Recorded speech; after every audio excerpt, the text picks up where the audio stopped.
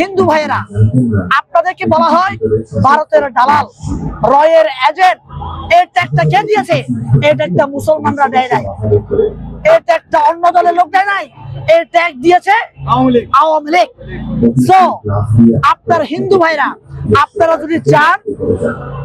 যদি চান বাংলাদেশের নাগরিক হয়ে থাকবেন এবং এই যে ভারতের এজেন্ট, রয়ের দালাল, এই ট্যাগ মুক্ত যদি চান, আজকে থেকে গীতায় ধরে শপথ করেন যে আজকে থেকে আমি আওয়ামী লীগ করবো না।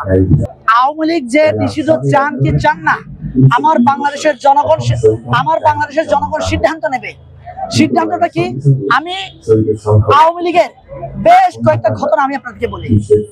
আওয়ামী লীগ যে কাজটা করেছে, আপনার বুকে হাত দেন, আপনি নিজেকে প্রশ্ন করেন আপনি মুসলমান কিনা। যদি সত্যিকার অর্থে আপনি একজন মুসলমান হয়ে থাকেন, তাহলে আপনি মনে মনে শপথ নেন, কোরআন শরীফে ধরে শপথ নেন, আগামীকাল থেকে, এখন থেকে আমি আওয়ামী লীগকে সমর্থন করব না। কারণ আওয়ামী লীগ বিগত 15 বছর আন্তর্জাতিকভাবে বাংলাদেশের মুসলমানদেরকে জঙ্গি নামে পরিচিত করিয়েছে। সেই মুসলমানদেরকে, শান্তিপ্রিয় মুসলমানকে যারা জঙ্গিবাদের ট্যাগ দিয়ে আন্তর্জাতিকভাবে পরিচয় করিয়েছে, এই দলকে যারা এস্টাবলিশ করতে চায়, যারা ফিরে আনতে চায়, তাদের কাছে আমার প্রশ্ন, আপনারা মুসলমান কিনা? আর যারা হিন্দু, তাদেরকে বলি আমি, হিন্দু ভাইয়েরা, আপনাদেরকে বলা হয় ভারতের দালাল, রয়ের এজেন্ট। এই ট্যাগটা কে দিয়েছে? এই ট্যাগটা মুসলমানরা দেয় নাই, এই ট্যাগটা অন্য দলের লোক দেয় নাই, এই ট্যাগ দিয়েছে আওয়ামী লীগ। সো আপনার হিন্দু ভাইরা, আপনারা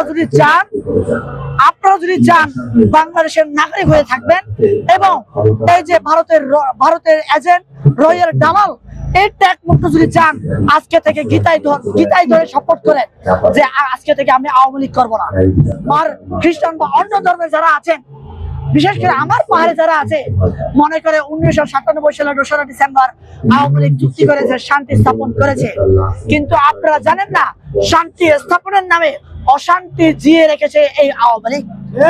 সেই আওয়ামী লীগকে আপনারা বলছেন যে তাদেরকে সেফ এক্সিট দিতে হবে, আবার ফিরে আনতে হবে। আমার পাহাড়ের লোকদেরকে বলছি, পাহাড়ের নাগরিকদের বলছি, অবাঙালি নাগরিকদের বলছি আমি, আপনার বাঙালি, আমরা অবাঙালি নাগরিকদের বলছি, আপনারা ভুল পথে আছেন। আওয়ামী লীগকে নিকৃষ্ট, জঘন্য রাষ্ট্রদ্রোহী সংগঠন হিসেবে বাংলাদেশ সরকার যে নিষিদ্ধের প্রক্রিয়া চলমান রেখেছে, এটাকে আমি সাধুবাদ জানাই। তবে এইটা যদি সম্পূর্ণভাবে আওয়ামী লীগকে নিষিদ্ধ করে তাদের এই জুলাই বিপ্লবের হত্যাকারীদের বিচার নিশ্চিত করতে পারলে আমি আরো খুশি হতাম। এবং বর্তমানে জুলাই মঞ্চের, জুলাইয়ের যোদ্ধাদের উদ্যোগে যে আপনার জিয়াফত হচ্ছে শাহবাগে, এইরকম প্রত্যেকটা ঘরে ঘরে সামনে আমাদের কোরবান আসছে, এই কোরবানের আগে আরেকটি কোরবান হয়ে যাক, আরেকটি জিয়াফত হয়ে যাক, আওয়ামী লীগকে নিষিদ্ধ করে আমরা এই বছর 2025 সাল ডবল কোরবান করব, ডবল ঈদ উদযাপন করবো আমরা।